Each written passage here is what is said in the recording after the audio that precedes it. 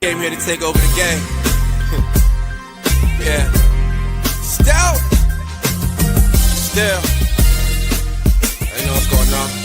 Yeah. It's still politics as usual. Life looking beautiful.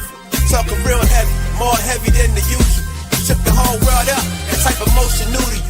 So it's just a throwback. Losing, we don't know that. Only give them our facts. That's exactly what y'all lack. Always show the people love, so they show us love back. Yeah. And Ben Worthy like 42 on the Lakers. Good evening, and you're welcome. Y'all thought it was over. We are back.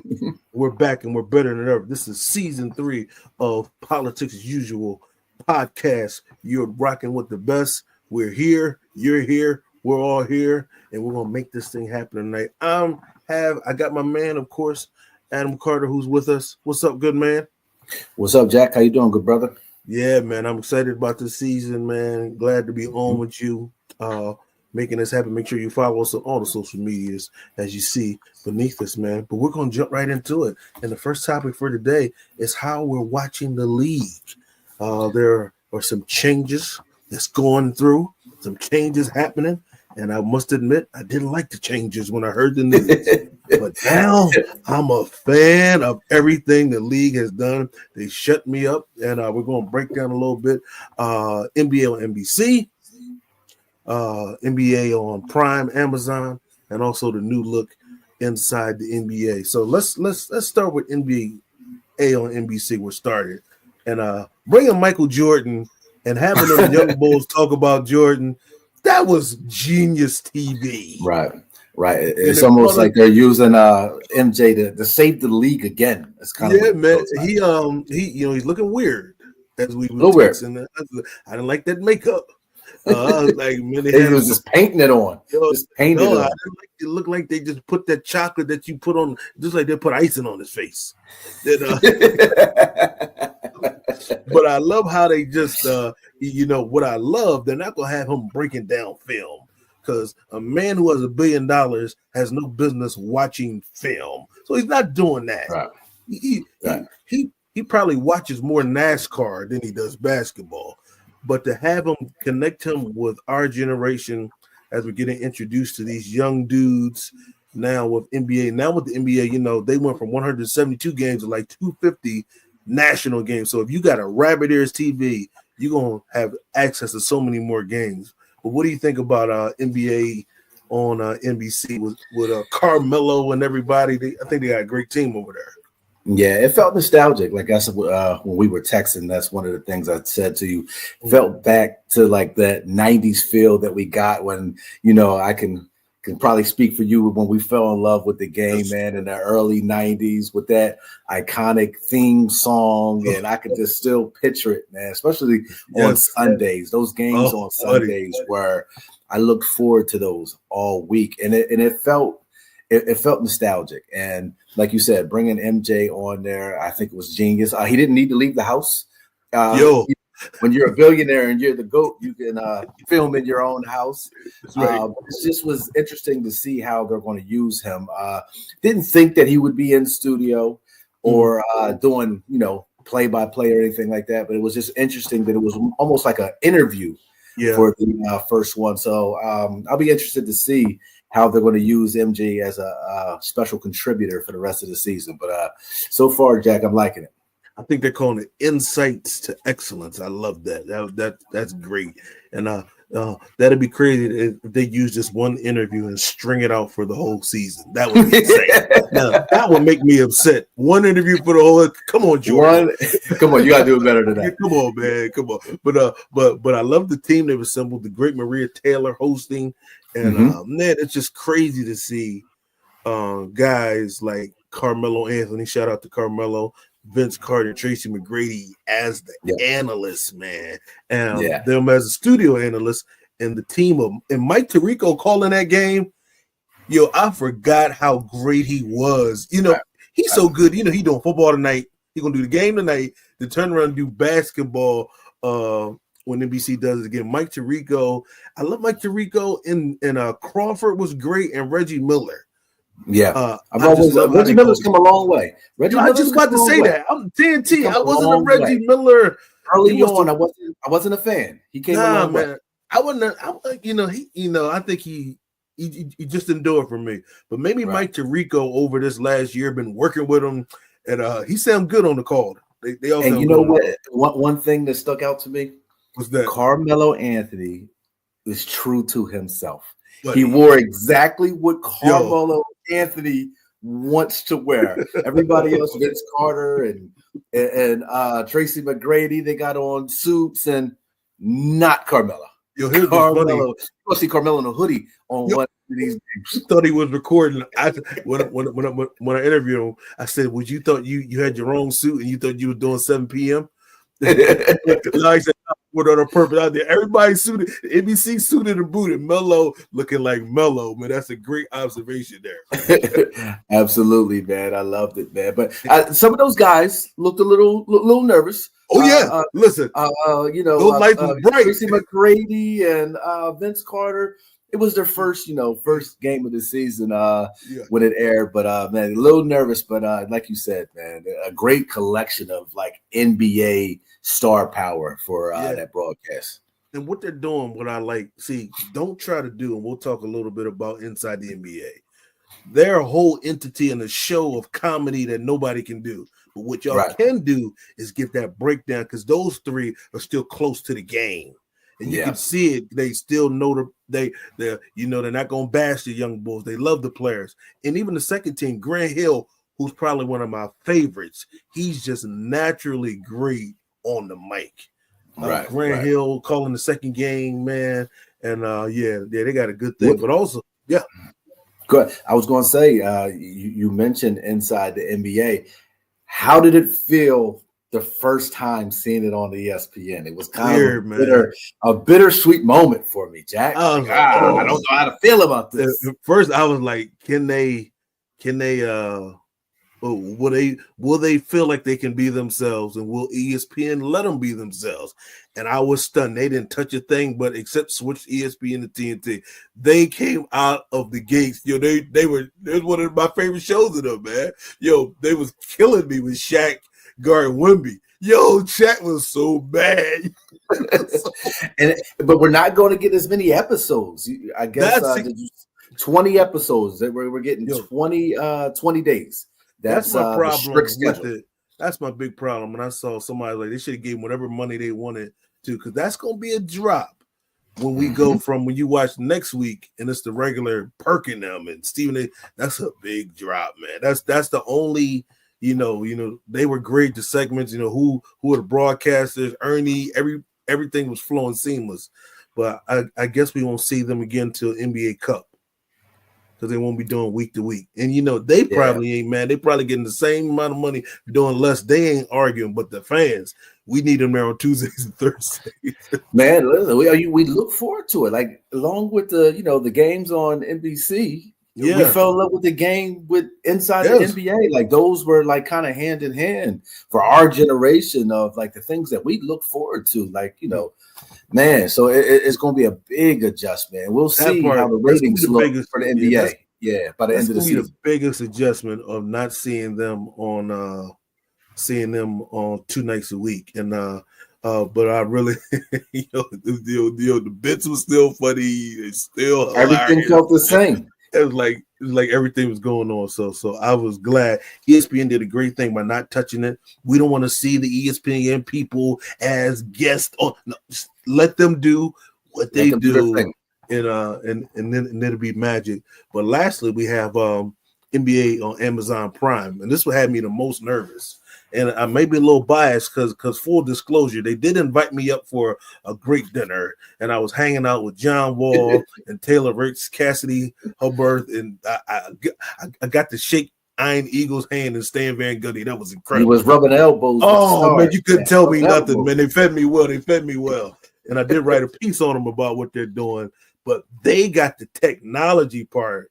That studio they got is insane, man. And they another all-star roster. They got Dirk in studio, Dirk Nowitzki, Steve Nash in studio, Blake Griffin, who's going to be great. He's made for TV.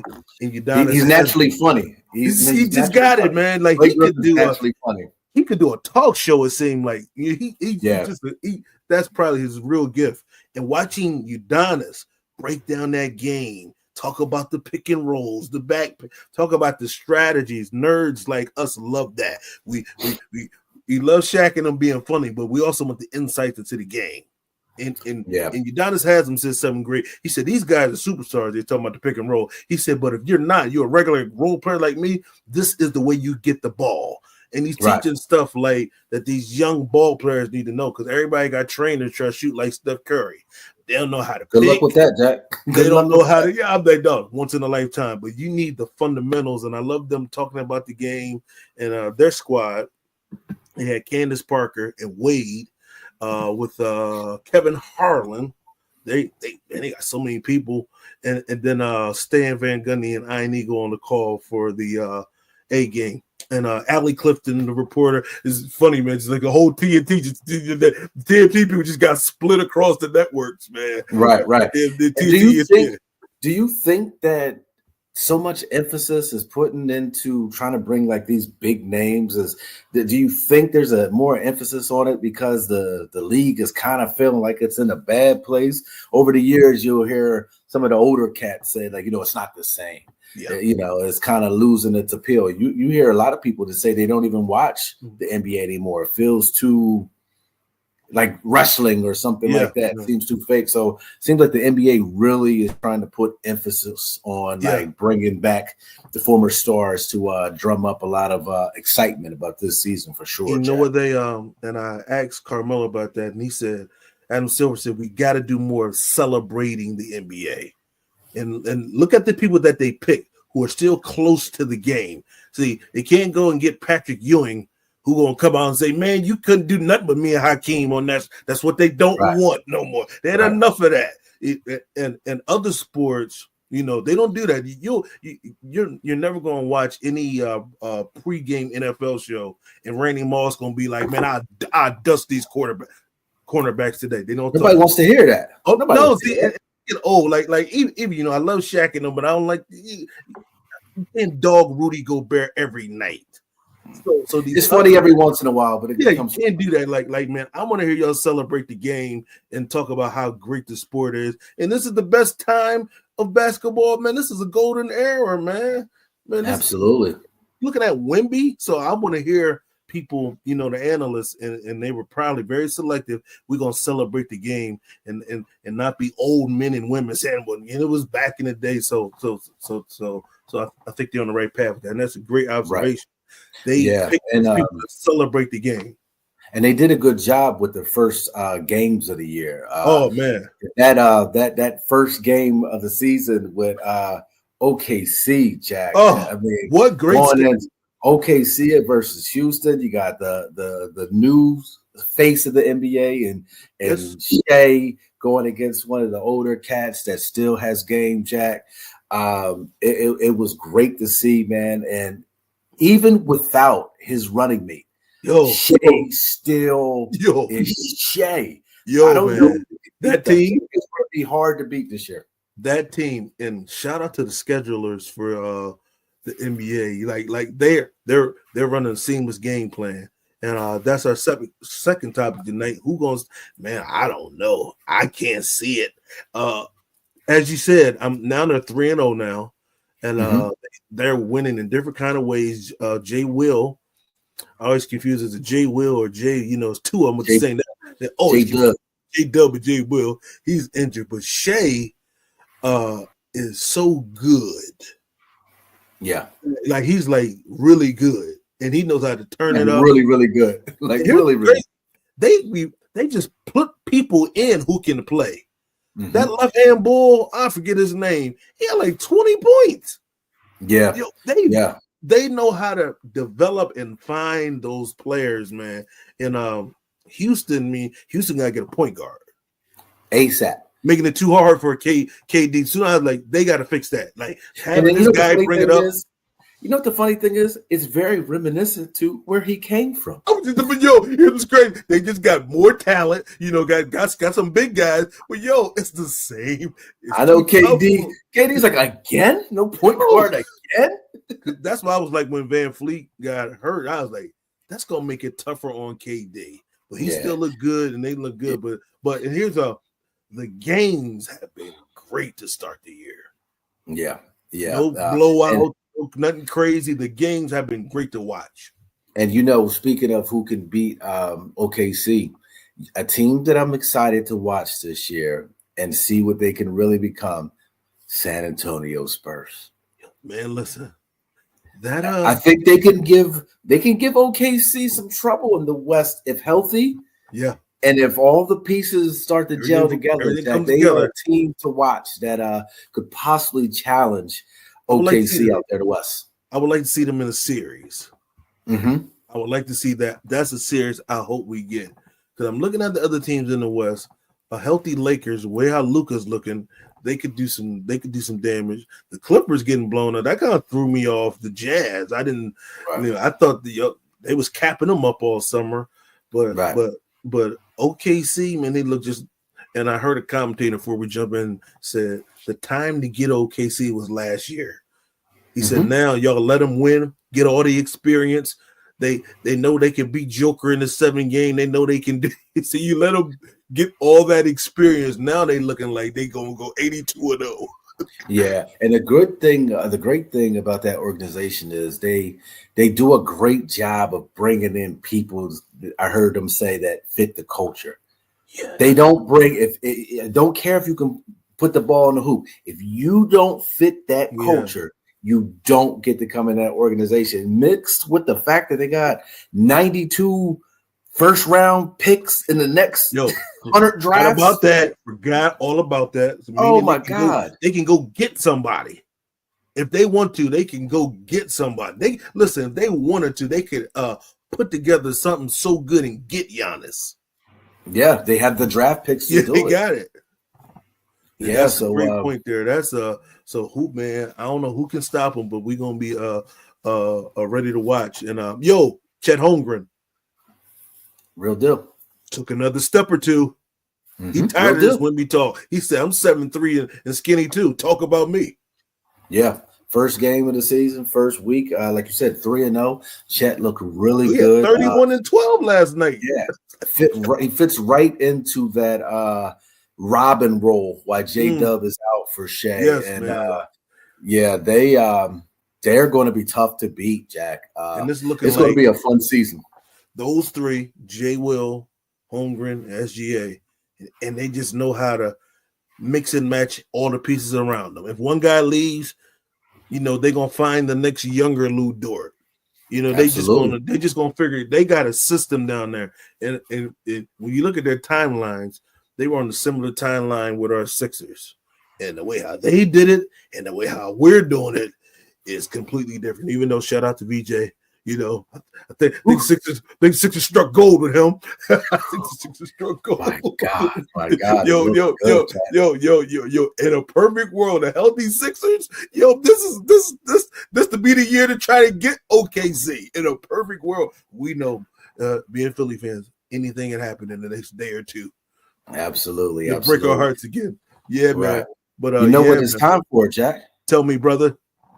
I got one for you. What is that? I that's a fact, Jack. Stat of the week. We waiting. Listen, we gotta start the new season off with a good one. You ready for this one? Yes. 36,596 minutes this individual has played in the NBA. 19 seasons. Is that a lot? That is a lot. 19 seasons. 36,000? Okay, 36,000. Okay. Has no technical fouls. Never has who it is. A technical foul. That Mike Conley. That is an impressive stat. Rasheed Wallace. Possible? Draymond Green is rolling over in his grave. Rasheed Wallace. Draymond got a couple already. It's three games and he already got a couple. Like, he never got a tech. When they push in on, he never got a tech from that stuff. Like, what he must don't say anything or just talk to his teammates. Wow, Jack. And that is this week's That's a Fact, Jack, stat of the week, Jack. That's a great stat right there. Shout out to Mike Conley and his temperament. in his temperament. I got a few shout outs for you, Jack. Yes, sir. I throw it over to you. We got to shout out K3Ts.shop. Head on over there and get your politics as usual merch. And I want to shout out our boy Quincy Till. Jack, shout out to Quincy, man. He was out there yesterday putting on for the CKR. That's the, used to be the midget league, the football teams and cheerleaders out there frying fish sandwiches and stuff. And then had an event at his new restaurant that's going to be opening up in Coatesville, Legacy. So shout out to our boy Quincy Till and Legacy's, Jack. Shout out to Quincy Till. I thought he was going to call it "I'm a bum, come get this food," but he decided to call it Legacy. So shout out to him. Shout out to him, Jack. Yes, sir. Yes, sir. Listen, make sure y'all go check out the merch. Maybe they'll even send me something this season. Don't do our boy TJ like that. Somebody from the squad send me something. Send me the joint with the ball on the top. I would love that. I love those. But make sure y'all go get that and support the brand. And listen, debut episode. We're glad to be back. Make sure you follow us on all the social medias. And of course, do we have anything smart to say? Catch us on the next episode. Maybe we'll have something smart to say next time.